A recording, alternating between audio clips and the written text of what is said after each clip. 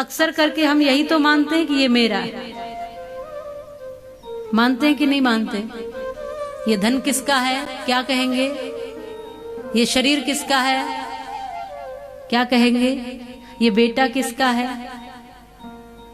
सब मेरा ही तो है, यही तो मान के बैठे। और फिर जब मेरा छूटता है तो दुख होता है। शरीर छूटता है तो रोते हैं, पद छूटता है तो रोते हैं, कुर्सी जाती है तो रोते हैं, जो जो चीज जाती है तो रोते हैं। मेरा है ऐसा भाव रखेंगे तो दुख है, जनक जी कहते हैं, और मेरे लिए है ऐसा भाव रखेंगे तो कोई दुख नहीं है। जब तक उपयोग है।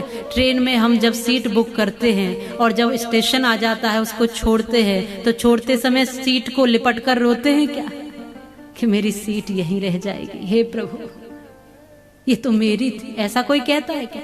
क्योंकि वो मन बना के बैठा है कि मेरे लिए इतने ही समय के लिए ये उपयोगी है, ये मेरी नहीं है, ये बस मेरे लिए है। बस एक भाव खुश रहने का, सुखी रहने का एक मूल मंत्र है कि जो कुछ भी संसार में दिखाई दे रहा है वो सब मेरे लिए तो है पर मेरा नहीं है। बस इस भाव को ध्यान रखिए। और मेरा नहीं है तो किसी और का है और किसी और की धरोहर है। मेरे पास ये धन, ये मन, ये जीवन, ये शरीर, ये संतानें, ये परिवार, तो हम उसको संभाल करके रखेंगे।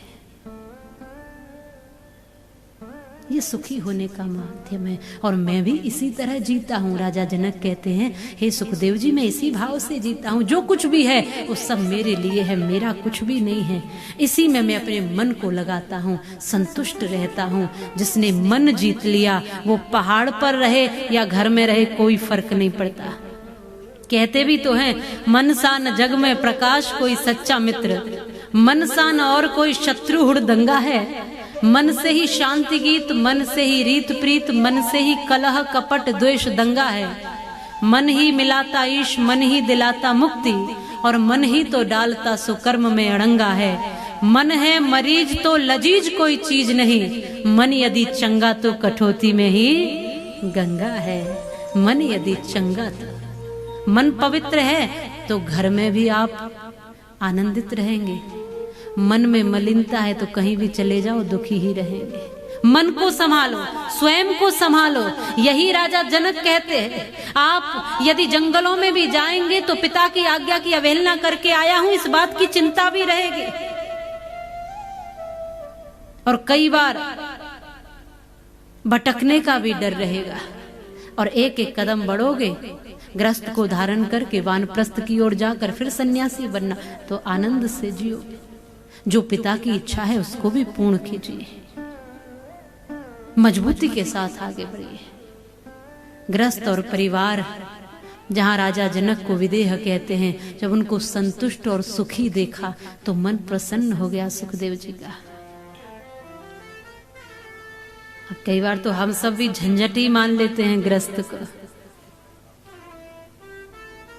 बंधन का कारण ग्रस्त नहीं है, बंधन का कारण सन्यास नहीं, कुछ भी न बंधन का कारण है, कुछ भी नहीं।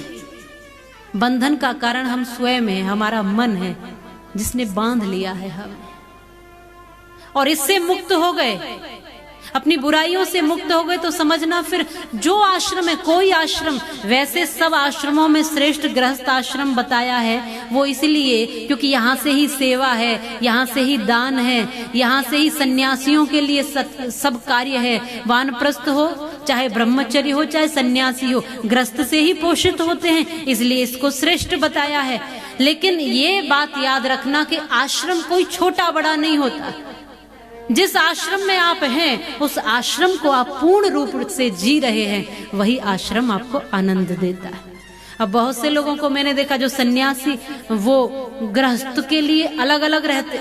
ये गृहस्थी है, इसके घर नहीं जाना, इससे दूर रहना, इसके हाथ का भोजन नहीं करना, जैसे गृहस्थ होकर कोई पाप कर दिया।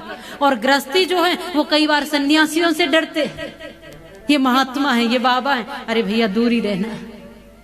तालमेल ही नहीं है, उनको अपना बड़ा लगता है, उनको अपना बड़ा लगता है कि हम त्यागी है, हम बड़े, और ये कहते हैं कि हम गृहस्थी है, हम इतना सब उझेल कर चल रहे, हम बड़े।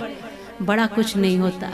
जिस अवस्था में आप हो उस अवस्था को बस निभा लो, उस अवस्था को संभाल लो, उस स्थिति को बस बना लो। चाहे सन्यास, गृहस्थ, वानप्रस्थ, ब्रह्मचर्य, जो भी अवस्था है वही श्रेष्ठ हो सकती है। और मैं तो कई बार कहती हूं कि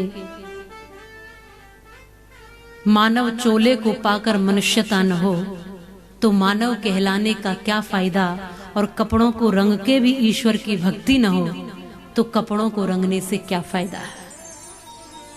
घर तो छोड़ा मगर मोह तोड़ा नहीं, जनक भी यही कह रहे हैं, घर तो छोड़ा मगर मोह तोड़ा नहीं, और कामिनी छोड़ दी काम छोड़ा नहीं।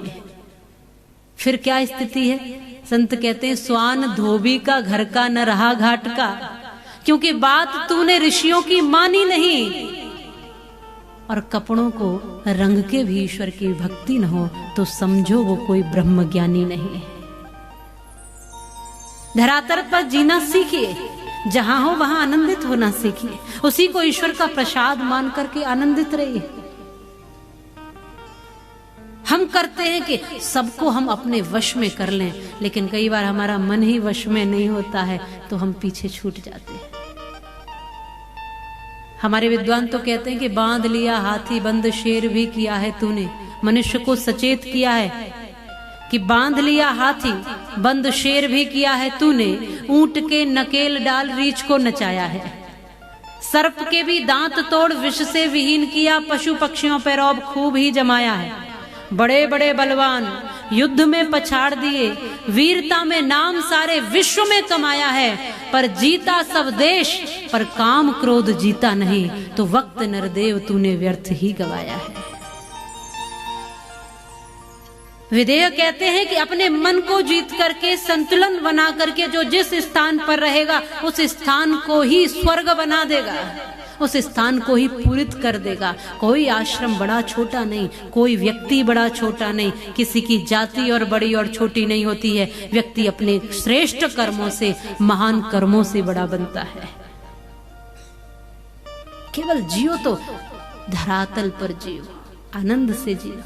जिंदगी उसी की है जो जी रहा है, बाकी तो बहुत से लोग श्वास ही ले रहे हैं, ये भी सत्य है। बहुत से लोग तो जीना ही नहीं सीख पाए हैं। इसलिए ग्रस्त को संभालो, ग्रस्त में जाओ और आनंद पूर्वक जाओ, बंधन का कारण नहीं। ये मोक्ष का द्वार भी हो सकता है। इसमें रहते हुए जब तब कर्म करते हुए व्यवस्थित ढंग से मन को मजबूत करते हुए जीवन आगे बढ़ाओ तो यहाँ से भी मुक्त हुआ जा सकता है, यहाँ से भी मोक्ष हुआ जा सकता है। और कैसे रहना है, घर परिवार में रहना आना चाहिए। हम बहुत सी माताएं कई बार मुझसे कहती हैं कि देवी जी वशीकरण का मंत्र दे दो, हमें अपने पति को वश में करना है। कोई कहती है हमें सासू माँ को वश में करना है। तो कुछ यहाँ पे ऐसे हैं जिनको वश में करना है। अगर करना हो तो बताओ।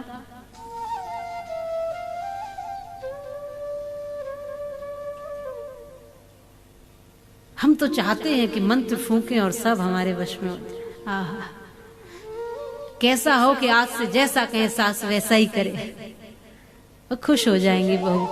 आते हैं, फोन भी आते हैं कई बार। एक प्रवचन YouTube पे पड़ा हुआ है वशीकरण का, मेरा एक वीडियो है, तो उसमें स्पष्टता है सब, लेकिन फिर भी लोग फोन करके कहते कि हमें वश में करना है। वशीकरण मंत्र दे दीजिए। आप चाहते हैं मंत्र लेना? भाइयों के लिए भी वशीकरण मंत्र है मेरे पास, ऐसा नहीं है कि माताओं के लिए ही है, सबके लिए। और वो मंत्र कैसा है कि तुलसी मीठे वचन सो रस उपजत चहुओर, वशीकरण एक मंत्र है, तू तज दे वचन कठोर।